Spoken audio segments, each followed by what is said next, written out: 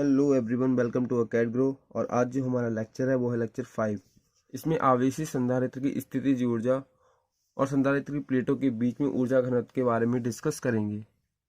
तो पहला हमारा टॉपिक है वो है आवेशी संधारित्र की स्थितिज ऊर्जा। तो इसमें मान लेंगे कि माना एक संधारित्र है जिसकी धारिता C है। तो एक संधारित्र ले लेंगे,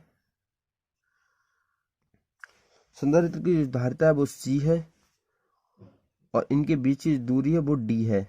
माना संधारित्र की धारिता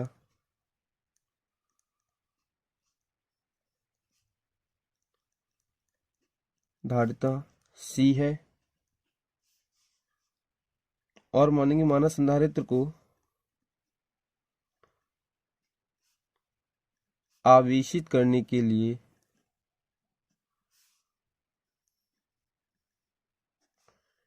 या फिर की प्रक्रिया में किसी क्षण संधारित्र को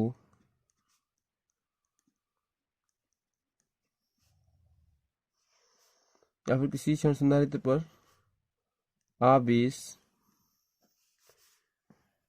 Q डैश है। संधारित्र को जब क्या कर रहे थे, आवेशित कर रहे थे, तो जब आवेशित करते तो इसमें मान लिया कि माइनस Q डैश, इस पे आवेश आ गया तो इस पर अगर Q डैश आया तो इस पर माइनस Q डैश किसी क्षण। ठीक है, लेकिन आवेशित कहाँ तक करना है? Q से Q तक। आवेशित करना है Q से Q तक तथा उस क्षण प्लेटों के बीच विभवांतर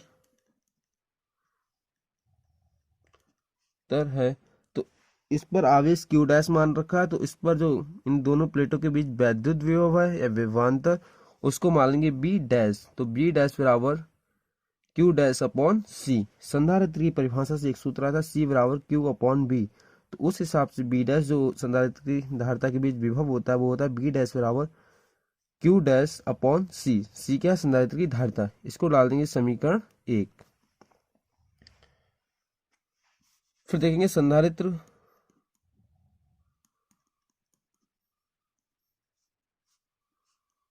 को अनंत सूक्ष्म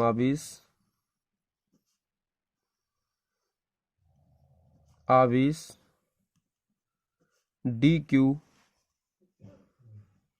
देने में किया गया कार्य।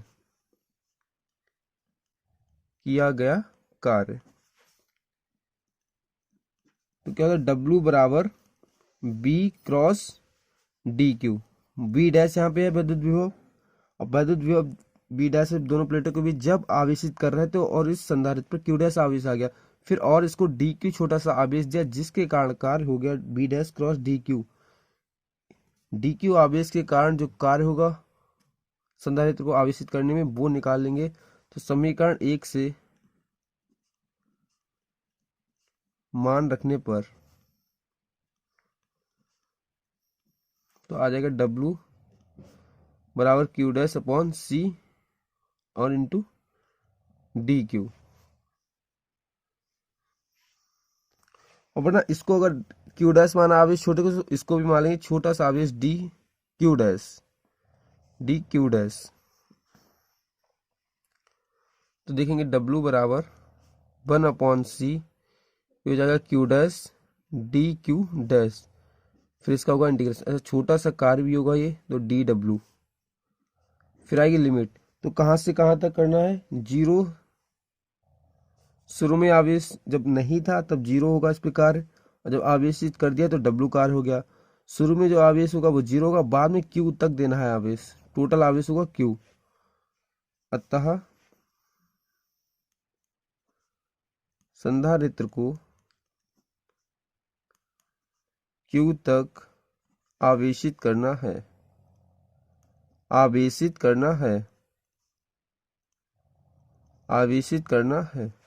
तो ये हो जाएगा W और 0 से W 1 upon C Q dash का स्क्वायर अपॉन 2।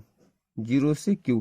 यहाँ पे जो लगा हुआ फॉर्मूला है वो ये है कि x पावर n dx, तो x power n plus 1 upon n plus 1, तो q डैश की पावर 1 है तो 1 प्लस 1 2 अपॉन 1 प्लस 1 2, तो हो गया q dash square upon 2। Sorry यहाँ पे w हो जाएगा और यहाँ 1 अपॉन c हो जाएगा q डैश का स्क्वायर अपॉन 2, 0 से q तक लिमिट, और x पावर n dx, तो यहाँ पे जो formula x power n dx है वो होता है x power n plus 1 upon n plus 1। इस फार्मूले के अनुसार ही क्या हुआ, q डैश की पावर 1 है तो 1 प्लस 1 उसमें एक ऐड हो जाता है, तो q डैश स्क्वायर अपॉन 2, 0 से q। अब लगा देंगे इसकी लिमिट, तो पहले होती अपर लिमिट ऊपर वाली, फिर माइनस लोअर लिमिट नीचे वाली, इक्वल टू 1 अपॉन सी, और 2 भी ले लेंगे कॉमन, तो यहाँ पे हो जाएगा upper limit q square minus 0, तो इसको लिख सकते हैं w बराबर q स्क्वायर अपॉन 2c, जो कि कार्य आ जाता है कि आवेशित करने पर, संधारित्र को आवेशित करने पर जो कार्य करना पड़ता है वो करना पड़ता है w बराबर q स्क्वायर अपॉन 2c। तो जो कार्य करना पड़ता है, तो यह कार्य ही संधारित्र में स्थितिज ऊर्जा है, स्थितिज ऊर्जा है। तो इसको लिख सकते हैं अतः आवेशित संधारित्र की स्थितिज ऊर्जा,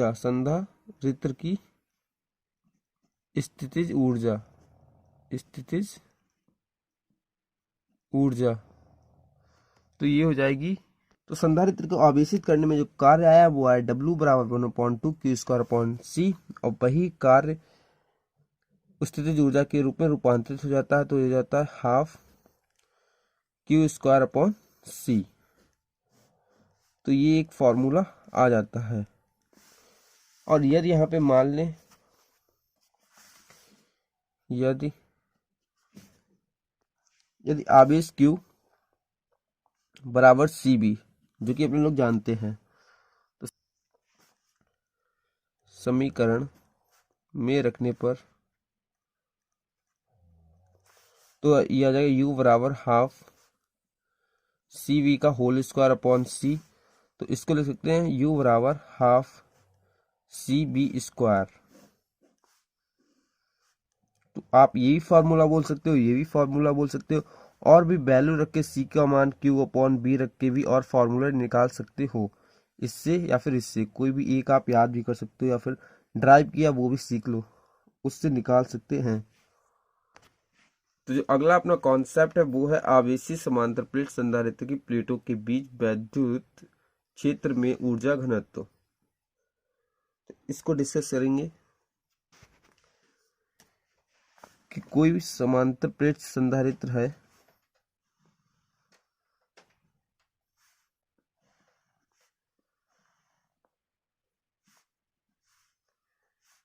इनके बीच की जो दूरी है वो है d, और इन पर जो आवेश है वो है कैपिटल क्यू मान लो या स्मॉल यू मान लो, कुछ भी मान सकते हो, तो कैपिटल यू प्लस क्यू और माइनस क्यू,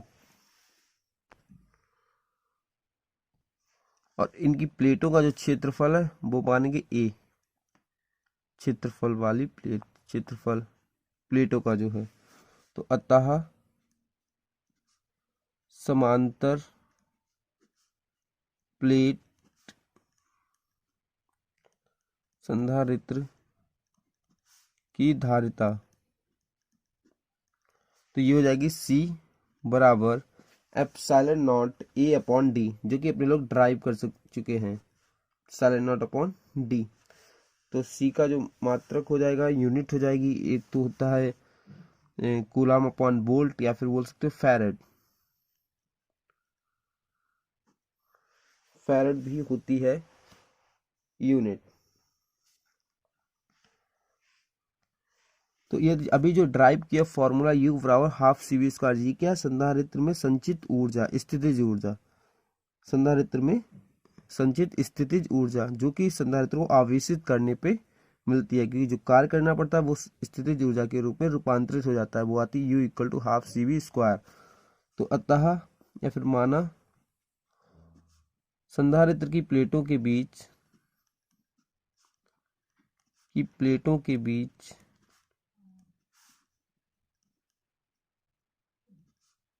विभवांतर B है तो प्लेटों के बीच वैद्युत क्षेत्र में, क्योंकि इस पे प्लस क्यू है और इस पे क्या होगा माइनस क्यू, तो इससे जो दिशा होगी वैद्युत क्षेत्र की वो ये होगी प्लस की से और माइनस की तरफ, प्लस आवेश से माइनस की तरफ। तो वैद्युत क्षेत्र में संचित ऊर्जा, तो संचित ऊर्जा कौन सी होगी, स्थितिज ऊर्जा, तो वो कितनी होगी U=12 CV²। इसको डाल दिया समीकरण 1। समीकरण 1 से मान रखने पर,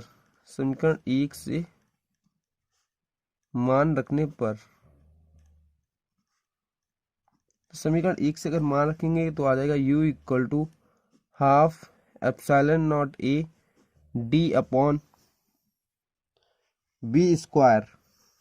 तो ये चीज आ जाएगी U बराबर, इसको डाल देंगे समीकरण 2। फिर लिखेंगे हम जानते हैं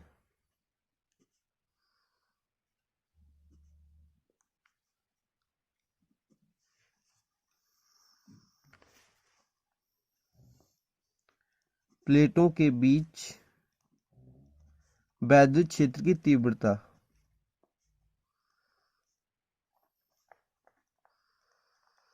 तो ये हो जाएगी E=B/D। अच्छा ये क्यों है, क्योंकि अपने लोगों ने एक रिलेशन संबंध पढ़ा था वैद्युत क्षेत्र और विभव में, तो वो आया था dV बराबर या फिर E बराबर dV/dr। तो B कहाँ क्या था वहां पे विभव, तो यहाँ पे इन प्लेटों के बीच विभव है B, जो कि मान लिया यहाँ पे, और जो dr था वो था विस्थापन, तो यहाँ पे जो विस्थापन है वो है D, इनके बीच की दूरी प्लेटों की, तो यहाँ पे लिख देंगे D।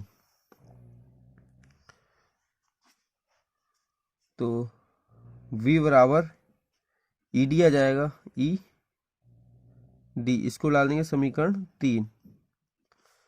समीकरण 2 में 3 का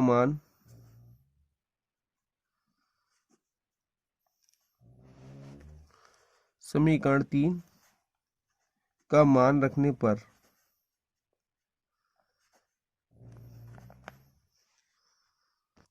तो कितना आ जाएगा U=12 ε0A/D और E और B बराबर आ जाएगा आपका ED²।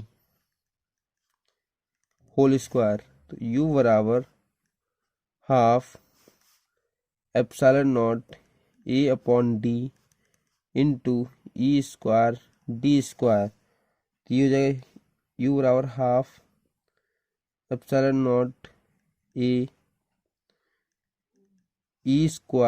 और D, एक D से D कैंसिल हो जाएगा तो बचेगा D। तो ये आ गई है ऊर्जा। तो अब निकालेंगे अतः प्रति एकांक आयतन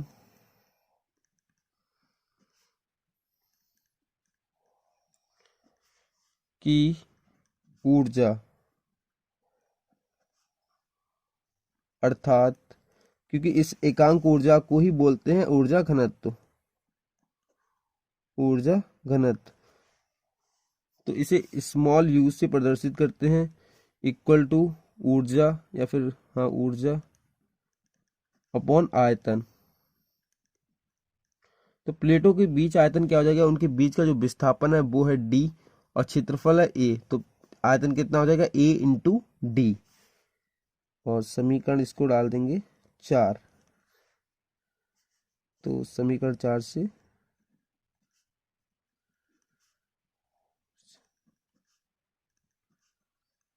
मान रखने पर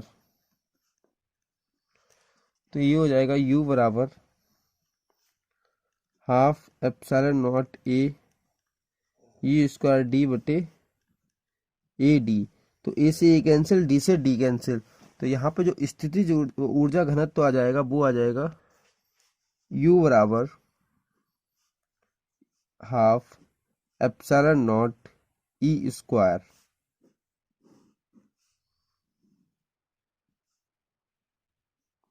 तो ये आपका रिजल्ट होगा कि प्लेटों के बीच वैद्युत क्षेत्र में जो स्थिति ऊर्जा घनत्व होता है वो होता है u equal to half epsilon naught e square. तो गाइस इस चैप्टर में इतने ही कॉन्सेप्ट है जो कि आज फिनिश हो गए हैं, आप लोगों ने सभी कॉन्सेप्ट को सीख लिया। तो इस कॉन्सेप्ट पे क्वेश्चन करके देखेंगे स्थितिज ऊर्जा वाले पे। तो क्वेश्चन आपको आपकी स्क्रीन पे दिख रहा होगा। तो क्वेश्चन है 6 माइक्रोफैरड धारिता के एक संधारित्र का विभवांतर 10 वोल्ट से 20 वोल्ट कर देने पर उसकी ऊर्जा में हुई वृद्धि की गणना कीजिए। तो इसको सॉल्व कर लेंगे। तो पहले लिखेंगे संधारित्र की प्रारंभिक ऊर्जा, क्योंकि क्वेश्चन में दे रखा है कि 6 माइक्रोफैरड का एक संधारित्र है, उसका जो शुरू में पोटेंशियल था विभवांतर था वो 10 वोल्ट था, बाद में उसको बढ़ा दिया गया और 20 वोल्ट हो गया। तो ऊर्जा में जो वृद्धि हुई होगी, जो ऊर्जा बढ़ी होगी उसको बताना है। तो शुरू की ऊर्जा निकालेंगे और बाद की ऊर्जा निकालेंगे। तो बाद वाली से यानी कि अंतिम जो ऊर्जा होगी उससे प्रारंभिक ऊर्जा को क्या कर देंगे माइनस, जिससे जो ऊर्जा में वृद्धि हुई होगी वो निकल आएगी। तो देखेंगे संधारित्र की प्रारंभिक ऊर्जा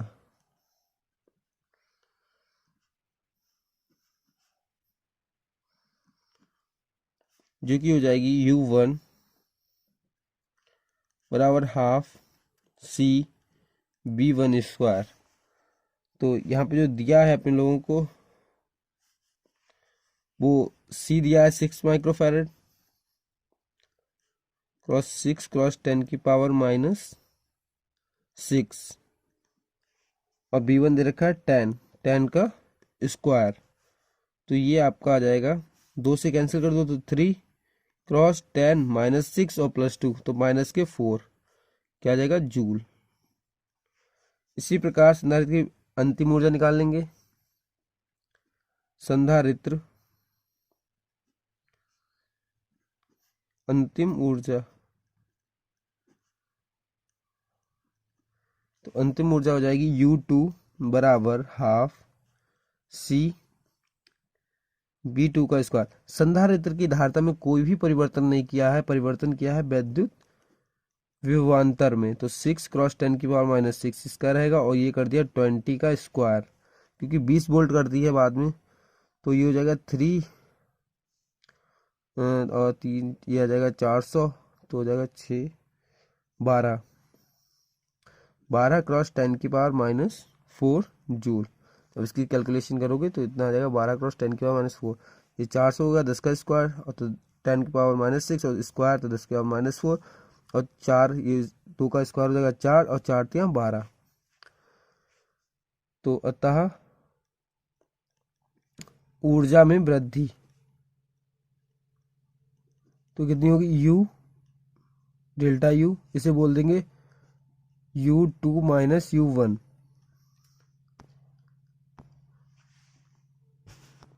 प्रारंभ जो अंतिम है U2 है तो वो कितनी होगी 12 क्रॉस 10 की पावर -4 -3 क्रॉस 10 की पावर -4, तो ये इतना आ जाएगा 9 क्रॉस 10 की पावर -4 जूल। ये आपका है आंसर। आई होप आपको लेक्चर अच्छे से समझ में आ गया होगा। लेक्चर को ज़्यादा से ज़्यादा लोगों तक शेयर करें। अगर आप चैनल पर नए हो तो लाइक करें और सब्सक्राइब करें। Thank you.